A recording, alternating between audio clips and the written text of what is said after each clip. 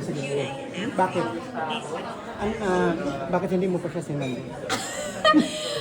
Siguro po kasi, well, hindi na naman po siya yung manliligaw na type na talagang seryoso yung like yung talagang ligaw. Yung talagang parang yung mga nagliligaw na talagang, maging jowa ko siya. Hindi naman po kasi ganun. Yung panliligaw niya, it's more of acts of service, lagi siya nandiyan for me and mommy. Pero the reason naman kung bakit hindi pa po kami is because syempre gusto rin namin mag-focus muna sa kanya-kanya namin careers. Kasi kumbaga hindi naman kami naging love team para maging mag-jowa. Naging magka-love team kami to help each other na maabot Grow. yung mga pangarap nila. And syempre kung mas mag-work po sa amin ngayon yung wala mo na talagang serious na love life, syempre doon po kami kung saan yung mas makakabuti for the both of us. Pero open ka, Sofia, sa ibang suitors, sa ibang naniligaw. Grabe naman eh. Oo. Kasi sabi mo, ligaw pa lang si Allen, di ba? May iba dyan, I'm sure.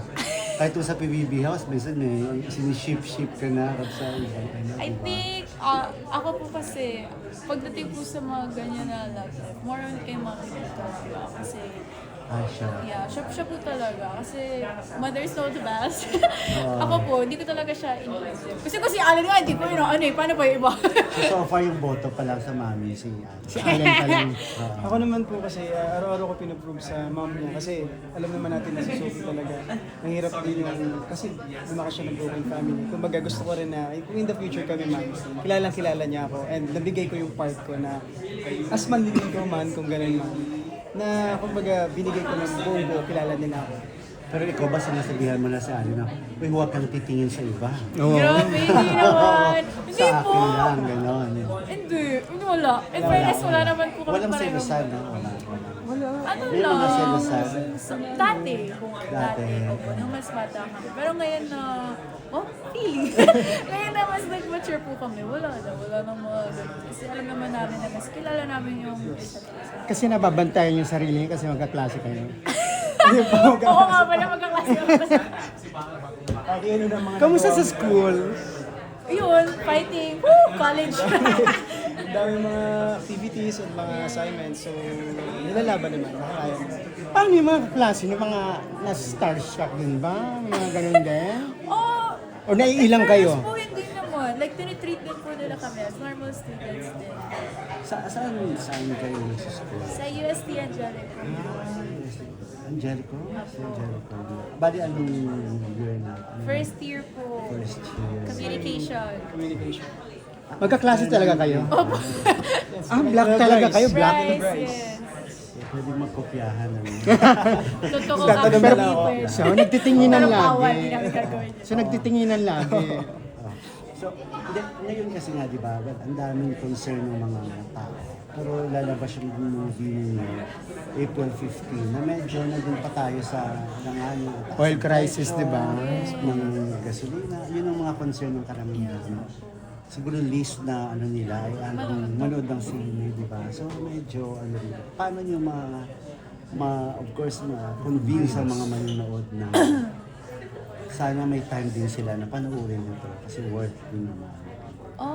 Actually po for me, syempre alam ko naman na hindi biro yung mga nagsisitaasan ng presyo ngayon. So we're really not gonna force everyone. Kailangan yung panoorin to. It's more of kung sino yung may extra, kung sino yung may time, kung sino po talaga yung may gusto na manood ng pelikula na magpapagtingin. Sana manood po kayo. Pero syempre kung kailangan nyo yung pera, maintindihan naman namin yan.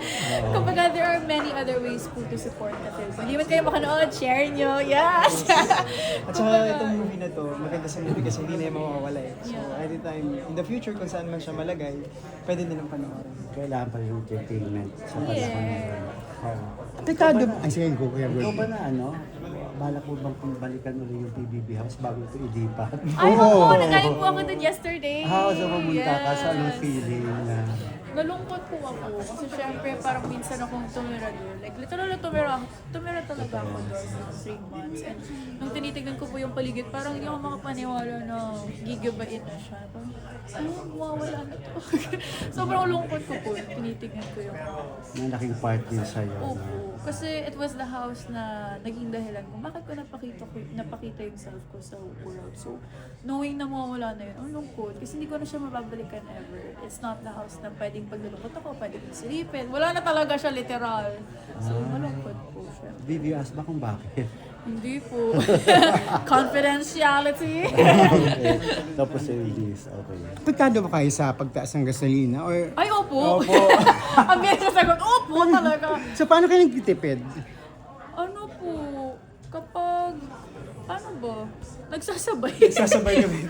Nagsasabay. Imbes na sa opo. kanya-kanyang sasakyan. Yes, lalo po kapag ganito same naman po yung work, nagsasabay na lang kami. Kasi, tigas talaga.